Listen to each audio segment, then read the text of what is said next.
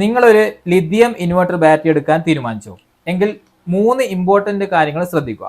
ഏറ്റവും ഇമ്പോർട്ടന്റ് ആയ ഒരു കാര്യം എന്ന് പറയുന്നത് ഇൻവെർട്ടറിന്റെ ബ്രാൻഡ് തന്നെയാണ്. ആവുന്നതും ഓൺസൈറ്റ് സർവീസ് സപ്പോർട്ടോട് കൂടിയ ഒരു റെപ്യൂട്ടഡ് ആയ ബ്രാൻഡിന്റെ ലിഥിയം ഇൻവെർട്ടർ ബാറ്ററികൾ എടുക്കുക. കാരണം എന്ന് വെച്ചാൽ ലിഥിയം ഇൻവെർട്ടർ ബാറ്ററി എന്ന് പറയുമ്പോൾ ഇൻവെർട്ടർ മാത്രമല്ല പൊതുവെ കംപ്ലൈന്റ് വരിക, ബാറ്ററിക്കും കംപ്ലൈന്റ് വരിക, ബാറ്ററിയുടെ BMSനും കംപ്ലൈന്റ് വരിക. അതുകൊണ്ട് ട്രൂലി ഓൺസൈറ്റ് വാറന്റി കൊടുക്കുന്ന ലിഥിയം ഇൻവെർട്ടർ ബാറ്ററികൾ തന്നെ എടുക്കാൻ ശ്രമിക്കുക. കാരണം വെച്ചാൽ പല പ്രമുഖ ഫെമിലിയറായ ഇൻവെർട്ടർ ഫീൽഡിലുള്ള ബ്രാൻഡുകളും ലിഥിയം ബാറ്ററികൾ നിലവിൽ ലോഞ്ച് ചെയ്തിട്ടില്ല.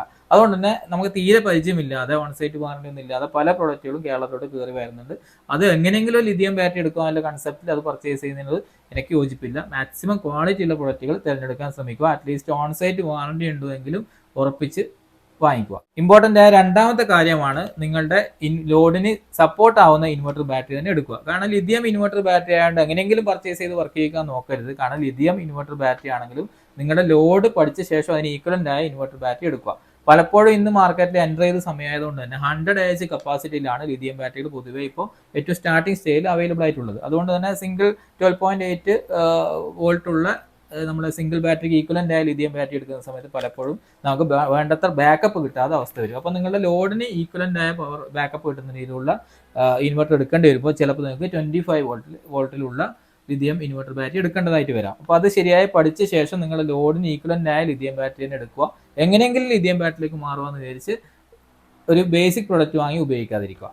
മൂന്നാമത്തെ ഏറ്റവും ഇമ്പോർട്ടൻ്റ് ആയ ഒരു കാര്യം എന്ന് പറയുന്നത് എവിടെ ഇൻസ്റ്റാൾ ചെയ്യുന്നുള്ളതാണ്. കാരണം ലിഥിയം ഫെറോഫോസ്ഫേറ്റ് ബാറ്ററി ആണെന്ന് പറഞ്ഞാലും ഫയർ ആക്സിഡന്റോ അല്ലെങ്കിൽ ആ സ്മോക്കോ ഇല്ലാതിരിക്കുന്നു പറയുന്ന എവിടെയും പറയുന്നില്ല. പക്ഷെ ആ അപകടം ഇല്ലാതിരിക്കണമെങ്കിൽ നിങ്ങൾ എന്ത് ചെയ്യുക, വളരെ തുറസായ സ്ഥലത്ത്, സൂര്യപ്രകാശം അടിക്കാത്ത സ്ഥലത്ത്, ഡയറക്റ്റ് സൺലൈറ്റ് അടിക്കാത്ത സ്ഥലത്ത്, ഡയറക്റ്റ് മോയ്സ്ചർ കോണ്ടാക്ട് വരാത്തൊരു സ്ഥലത്ത് തന്നെ ഇൻവെർട്ടർ ബാറ്ററി ഫിറ്റ് ചെയ്യാൻ ശ്രദ്ധിക്കുക.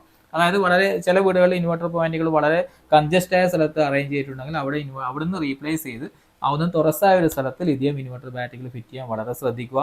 അതുപോലെ തന്നെ ഡയറക്റ്റ് സൺലൈറ്റ് ഒരു കാരണവശാലും അടിക്കുന്നിടത്ത് ലിഥിയം ഇൻവെർട്ടർ ബാറ്ററികൾ വെക്കാതിരിക്കുക. ടെമ്പറേച്ചർ ലിഥിയം ഇൻവെർട്ടർ ബാറ്ററികൾക്ക് ഒരു വലിയ വിഷയം തന്നെയാണ്. അതുപോലെ തന്നെ ലിഥിയം ഇൻവെർട്ടർ ബാറ്ററികൾക്ക് വയർ ചെയ്യുന്ന സമയത്ത്, ഇൻവെർട്ടർ പോയിന്റ് തയ്യാറാക്കുന്ന സമയത്ത് ഞാൻ ആദ്യം പറഞ്ഞ പോലെ നമ്മുടെ ലോഡിന് ഉതകുന്ന തരത്തിലുള്ള വയറിംഗ് തന്നെ മാക്സിമം ചെയ്യുക. ടോട്ടൽ ലോഡിൽ ലിഥിയം ഇൻവെർട്ടർ ബാറ്ററി കണക്ട് ചെയ്ത് ഉപയോഗിക്കുന്നത് അത്ര സേഫ് ആവില്ല.